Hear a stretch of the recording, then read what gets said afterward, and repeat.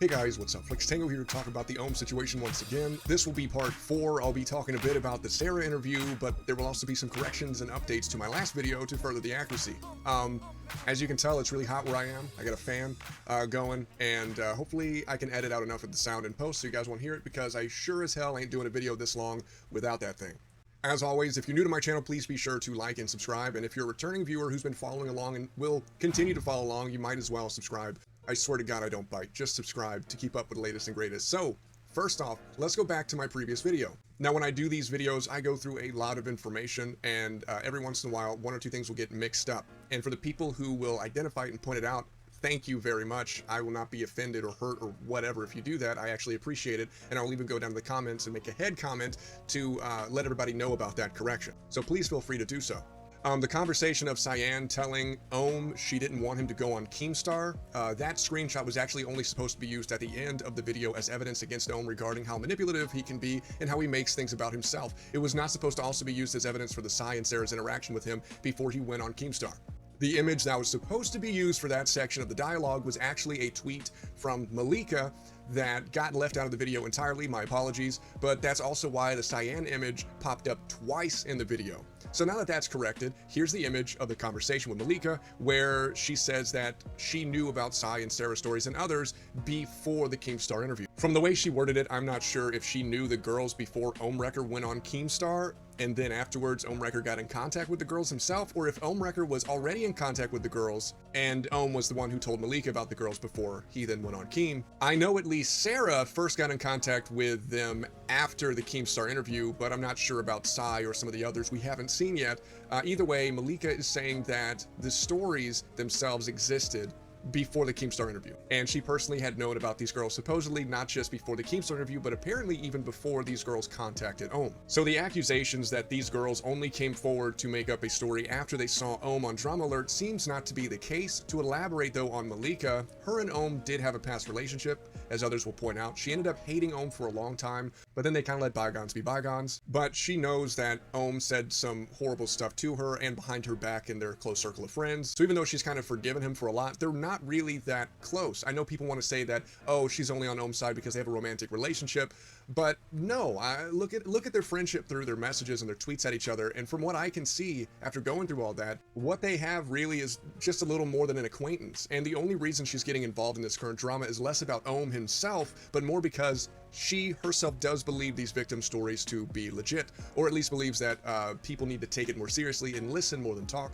But in believing these allegations, she's gotten angrier and angrier at Delirious, which has caused her to do things that kind of hurt her own image, with what some may see as exaggerations when attacking Delirious. She insinuated Delirious had messaged her in similar ways as described by the victims, and then she said, no, it's not like you think, it's more or less that he had a crush on me and I rejected him. But messages showed that they were actually flirting back and forth, and then she kind of admitted that they flirted back and forth with one another, but that's only because she's a natural flirt.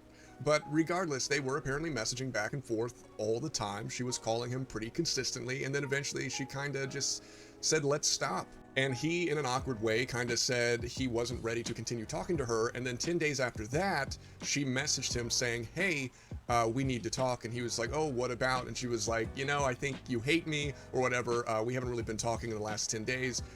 And then he replied, I really don't hate you.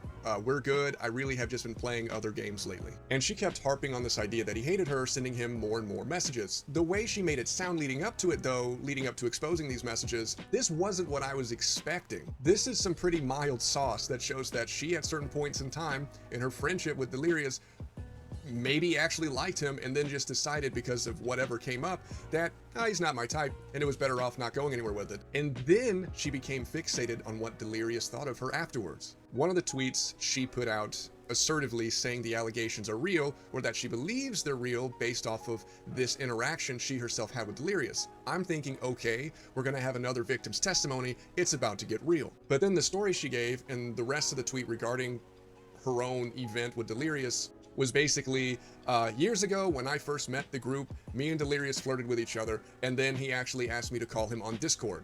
Okay, that right away to me seemed off, or at least a horrible way to present it. If you want to believe the victims, that's totally fine, but to say, yeah, you know how I know it's real? back when I was still of age, me and this guy flirted back and forth with each other, and then he asked to call me on Discord. What a monster, right? Now, she did later on state that even though she was reciprocating flirting back and forth with Delirious, the flirting got way too intense, way too fast, where he allegedly offered to buy her sex toys, and that seemed to be where she was having second thoughts of like, nah, man, this is getting too weird too quick. It's not for me. And that's totally fine. She was not in the wrong to break it off at that point. I don't think Delirious was necessarily wrong for acting awkward after that either. When a friendship gets injected with heavy flirting, it often ends awkwardly. But I think the main point she was trying to make is this: whether or not she wants to admit how much or how little she actually flirted with or possibly liked Delirious at one time before deciding no, we should break it off, her point was during their sexual flirtations, he brought up possibly buying her toys. And that is something she noticed in one of the girls' testimonies where Delirious requested that she use toys. And so to Malika, seeing those similarities, that's why she decided to side with the victims, not because she likes Ohm. Again, from what I can tell, they're cordial with each other, they're polite because they're trying to move on, but they will never have as strong of a friendship again, and they currently don't. Because again, he said some really messed up stuff about her and to her, and they also have some horrible damage between them. So again, the only reason she feels like getting involved is because she herself feels those similarities are major, and so she said, yeah, that's enough to convince me to believe the victims. Anyways, all of this was brought up in a spar between her and Liz Cat. Liz Cat obviously defending Delirious, with Malika obviously being against Delirious, and yeah, more drama. I think it's also fair to point out, Malika said multiple times she had heard a lot of stories from girls regarding Delirious well before the Keemstar interview with Ohm. If that's the case, if these allegations are true, and Malika is telling the truth that she did hear from a lot of these people talking about this stuff well before Drama Alert, and she waited until now to say something, that's also probably going to look very bad at the end of all this. Again, as I've said before multiple times, if these are true, or at least if they hold any validity whatsoever, I hope more and more and more truth and facts comes out and exposes everything that's wrong and evil. But if that day comes, it's gonna look really shitty on the people who openly admitted to knowing for a long time and just didn't say anything, while at the same time now condemning people who do just that. I also want to say that Malika was one of several people who were trying to turn people against Delirious by saying that he's cheating on his girlfriend and mother of his child, Liz Cat. First off, we saw from Delirious's messages between him and another OnlyFans star where he states that him and Liz Cat have a pretty open relationship. He goes his way and she goes her way, and they both know what's going on. And it appears they have an understanding according to Delirious, and I think we all need to step back and go, hey, that may not be a thing for me, but that's honestly between Delirious and Liz Cat and how they handle the relationship. It has no more bearing on the victim's allegations against Delirious than the videos Ohm put out showing Delirious using gay slurs some years back, or Delirious talking about how much money he makes. None of those three things have any real depth or bearing on the drama Ohm presented it under, or Malika presented it under. It's a clear sign to me that the motives aren't 100% pure. That's all I'm saying. Now, the second issue I'm going to clear up without elaborating on as much as the last is how Delirious, when fighting back against the interview with Psy, he posted those files of her threatening to kill people and kill herself, admitting that she was getting psychological help and that it wasn't working, and then showing where she was bragging about doxing people and threatening to dox other people. And then he showed that she was friends with Matt Tallis, who is a known doxer and swatter and actually had to go to court for these things back in the day. Delirious used Psy's friendship with Matt in order to smear her or damage her image, but Delirious carefully left out that he himself was friends with Matt. Now, Matt had stated this, as I showed in my last video where Ohm retweeted those tweets for Matt, but it wasn't until after I posted my video that I had actually seen the proof to back that up. And there was, within videos on Delirious's page, Moo's page, Vanoss's page, all the way back in the Black Ops 2 days, there are videos where Matt is actually present and playing with them. With now the big question being, why does Delirious feel that he has to lie or twist things? We've just now caught him cherry picking what to say. He's being very selective on how he says it, which is behavior that I held Ohm accountable for in my first two videos. Now we see Delirious acting in a similar fashion. One of the first things I pointed out was he claimed the girls only made up the story after the Keemstar interview, which looks like that's not the case. But we could argue, maybe he didn't knowingly lie, maybe this was just an assumption. That's a fair argument. But then he took a screenshot of a message that Ohm had sent out to an individual, and then Delirious claimed that this message had been sent to tons of people that knew him. Everybody Delirious was in contact with or knew was getting this message from Ohm, or a message like it. But he didn't present any other screenshots from any other messages given to any other people. You know, he would have had access to more of these messages or screenshots like it if all of his friends and family were getting them. Think about it. Like, if all of his friends and family were getting this message from Ohm, he would have been able to say, hey, take a screenshot of that and send it to me. But no, he only had one screenshot of one message from somebody that he knew that had received a message from Ohm. And the only reason that person received that message was because Sarah had recommended Ohm get in contact with that girl because she had a previous relationship with Delirious. That individual took a screenshot and sent it to Delirious saying, hey, Ohm just sent this to me.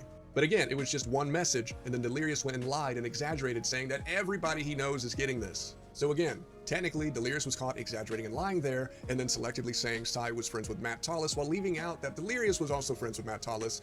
And I'm going to hold everybody accountable who writes or acts in this way. As I've said before, I think Ohm has handled this whole debacle poorly from the beginning. I've shown where Ohm has contradicted himself or reworded things to protect himself, or redefined what words actually mean to protect himself, where he has lied or exaggerated. But I'm not going to turn the other way and ignore Delirious when he has super sus behavior also. To me, this whole thing is not cut and dry. There's obviously more going on than we know so far. Anyways, let's get into this Sarah interview. Now, Sarah is an alias name. They're not showing her real name in order to protect her from getting attacked or doxxed or whatever, but she has a pretty similar story to Psy. Basically, her and Delirious met each other sometime in 2015, leading up to 2017. Anyways, he was flirting with this girl who calls herself Sarah. She said, of course, the interactions became sexual quickly, but while they were flirting and talking, he was apparently also talking to another girl, who then posted something on Twitter that Sarah says she knew was about her. This girl was apparently angry finding out that Delirious had a side chick. So Sarah ends up wanting to get in contact with this girl, and so she follows her on Twitter, and then that girl follows her back. And in these messages, you can see Sarah talking to a friend of hers about the whole situation. Now, even though Sarah followed that other girl and that girl followed Sarah back, before they could even start messaging each other, she unfollowed Sarah right after Delirious had sent them both messages. In this message between Sarah and another friend of hers, you can see her stating that this girl must be up Delirious's asshole, and he must have messaged her and told her to unfollow me so we couldn't talk. And then she goes on to point out Delirious messaged her where he's getting pretty defensive and saying, oh, did you follow her or did she follow you first?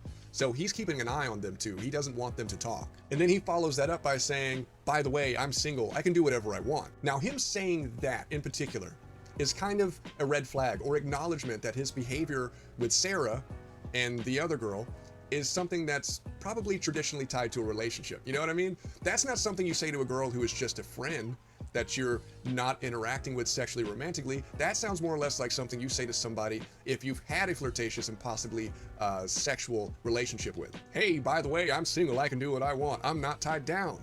Now, these messages that you're seeing are from 2015, which is when she claims, you know, she was underage. Honest to goodness, I watched the interview like 2 or 3 times, and I must have missed if they mentioned her age. I don't know how old Sarah claims to be now, so therefore I don't know how old she would have been in 2015.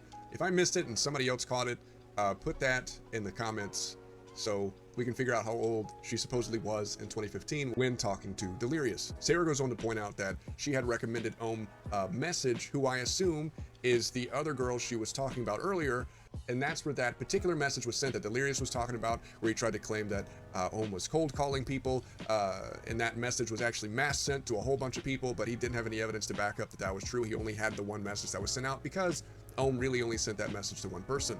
But instead of this person replying to Ohm, saying, yeah, let's talk, or here's some more allegations, she ended up siding with Delirious, saying, I'm not gonna stab my friend in the back. She took a screenshot, sent to Delirious like, hey, Ohm is trying to contact me. I just thought I'd let you know. So it totally backfired, but again, it was just one message. And if this is the girl Sarah was speaking of earlier, it does kind of make sense regarding what Sarah had stated about the girl, where the girl unfollowed her after Delirious kind of like, you know, got onto her, like, hey, you shouldn't be talking to her, and the girl unfollowed Sarah.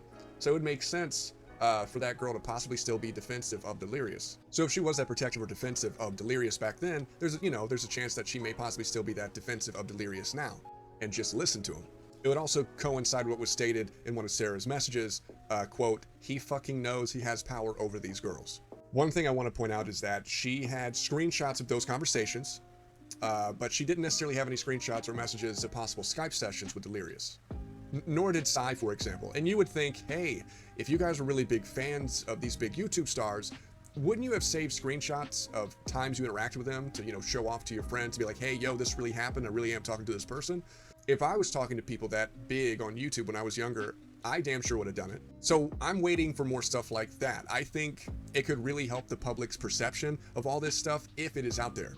But there was a point made about that, which is a valid point, And it's that with cases like these that are actually planning to go to court, like Sarah, for instance, if there is any really good evidence the lawyers could use to possibly say, no shit, this happened, lawyers are going to want to keep said evidence on the down low to prevent the public from interacting with it or arguing against it before it's presented in trial.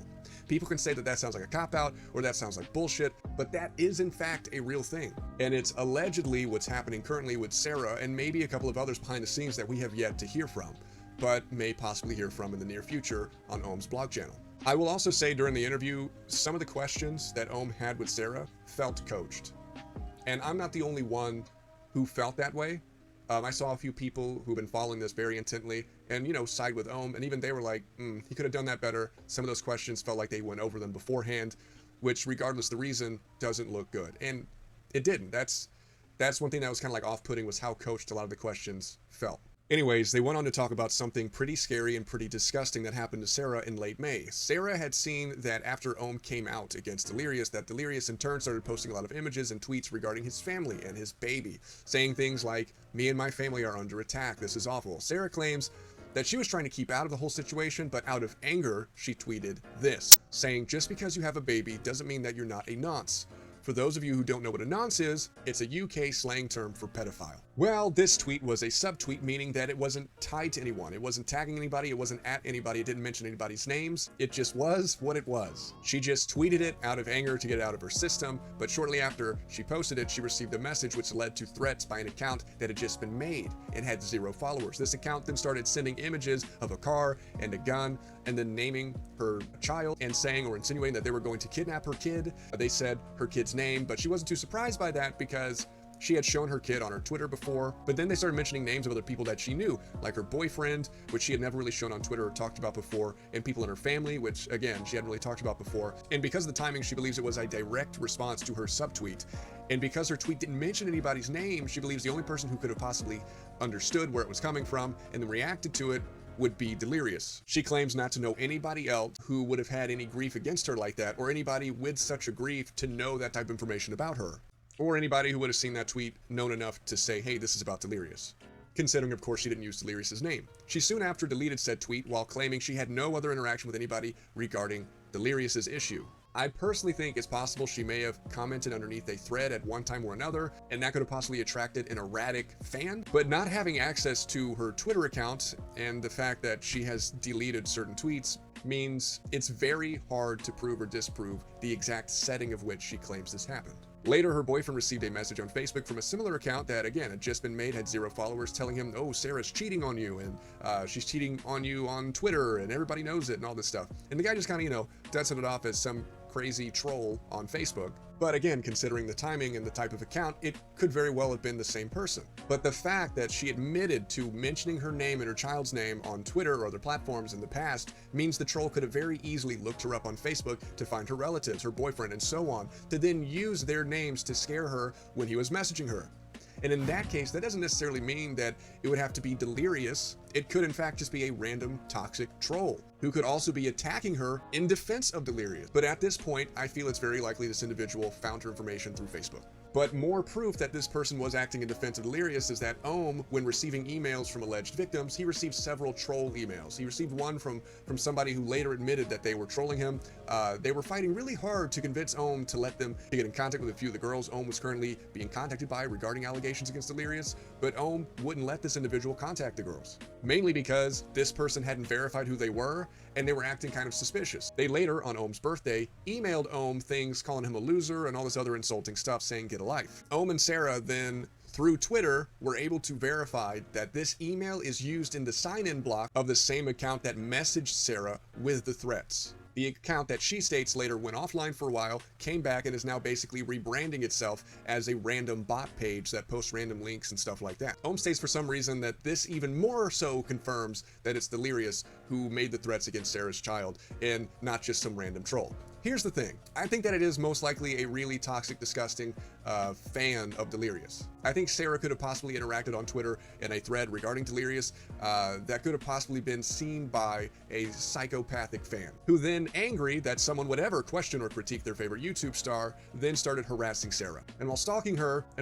Twitter, found Sarah's name and found her child's name, and then through that found her Facebook, and then started gathering names and information of her friends and family to then scare her into thinking this person was going to cause her or her child harm, while also trying to trick or troll or harass OHM and the victims OHM was talking to. But I do not see enough evidence to say that this person is without a doubt Delirious. First of all, Delirious is an American guy. I didn't know what nonce meant. OHM didn't know what nonce meant. I feel like if this was in response to that particular tweet she claims it would have to have been by somebody familiar enough with British slang to fully understand what she was saying, let alone react negatively because of it. And I definitely don't think there's enough evidence to say this was Delirious to justify going around stating that accusation as absolute fact, like OHM has already done several times on Twitter. In the interview, when asking who it could be, she was like, the only people I had recently contacted was Delirious and you. And I don't think it could have been you. And OHM was like, yeah, it could have been me. That wouldn't make any sense. Why would I threaten you with this fake account and then make a video about it?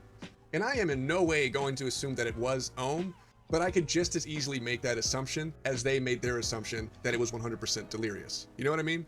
Correlation is not causation. But anyways, this is a little side note that I want to put out there. When I was doing a bunch of research and digging for anything extra that I may find on OHM's page, people who are suspected of actually being Sarah or Delirious's page, and I was going through Delirious's likes. I went back through maybe 5,000 or 6,000 of his likes, maybe even more. Anyways, it went back a few years, and after going through several thousand of these likes, I noticed a trend regarding what type of tweets he was more likely to acknowledge from his fans, specifically tweets with Delirious merchandise in them. Every time Delirious drops new merchandise, tons of his fans go out and buy it, and then they take selfies or they take pictures of the merchandise itself, and then they tweet it at Delirious, hoping that he will interact with it in some way, usually by likes. Sometimes he retweets it. Keep in mind, the majority of Delirious's fan base are men. The majority of the people buying his gear are also men. But I noticed he was way more likely to interact and like a merchandise-related tweet if the individual showing off the merchandise is female, specifically younger and or more attractive. And out of those fans, he prefers posts where they have taken selfies with the product, not just images of the product itself. With a few of the tweets that he liked being girls wearing his merch in nothing but their underwear, some looked pretty young, and I didn't feel comfortable putting that in my video. Male fans are less likely to get Delirious's attention or acknowledgement. And even of the posts from guys that he ended up liking, almost half of them weren't even pictures of the fans themselves. It was posts that he liked that just showed a picture of the merchandise itself that just so happened to have been posted by a guy. While among all of the female posts that he liked, there was other noticeable trends. When it comes to liking posts that have younger female fans in them, just about all of them are selfies of said fan wearing the merch. This is obviously not any type of proof. Correlation, again, does not equal causation before anybody loses their minds. All I'm really saying is that after going through it, it was something I couldn't help but notice. Something I really couldn't ignore that had right then become blatantly obvious. He was simply more likely to be drawn to a fan's merch post on Twitter if that post just so happened to include a selfie of a fairly young and or more attractive female fan of Delirious. Now again, before anybody loses their mind saying shit like, ladies and gentlemen, we got him. Or, I think he's doing that because this is in no way evidence, but it is something I'm personally going to keep in the back of my mind going forward. Especially when people try to say there's no signs or anything leading anybody to believe that he may have some type of draw towards his young female fans. I'm gonna have to disagree. So anyways, in the end, I do believe that obviously Sarah and Delirious did interact at one time. She had evidence showing that they interacted in 2015, and what Delirious said in his message to her, to me, alludes that they were behaving in possibly a romantic way or a way that is traditionally reserved for relationships, which is why he said, I'm single, I can do what I want.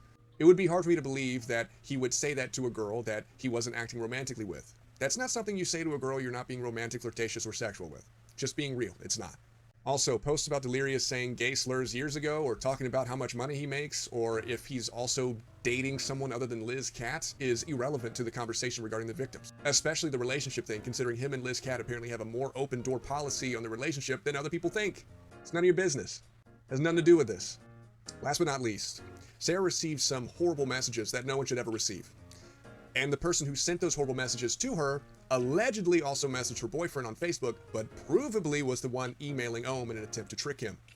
But no matter how hard Ohm tried to shape it or twist it in order to convince the viewer that the only person that could have possibly done it is Delirious, there's simply just not enough evidence to support that at all. Sarah admitted to putting basic information like her name and her child's name on her Twitter, which is all the information you need to go and find someone on Facebook, and then from there, find their friends and family members. So no, Delirious isn't the only person in the world capable of doing that. And considering every YouTuber has crazy fans that will defend them no matter what, even to extremes, he's also not the only person in the world that would have had a motive to act that way. Like I just previously stated, correlation does not equal causation. But if they do have proof that Delirious was the direct cause of those messages, and he was the one making these crazy accounts, I'll report on that for sure. Again, I want more evidence to come out. I want the bigger picture to come out. I don't think everybody's telling the truth. I don't think it's cut and dry. I don't think Delirious has been 100% honest. I don't think Ohm has been 100% honest. I don't have enough information to say how much I believe Sarah's story, but I'm going to keep an open mind. And I know that with Sai, she changed a few things, some minor details, which puts everything kind of in question that she says, but also I want to see if more evidence comes out. I'm not really convinced either way at this point. The only thing I know for sure is that Ohm's real reasons for this are not pure. A lot of this is for himself. Delirious hasn't been 100% honest as of recently, and that when this is all over, the real truth is probably going to be way different than anything we think we know right now. Anyways, that's the end of my video. Please be sure to like, share, and subscribe. Comment down below. Keep the conversation going, and I will catch you guys next time.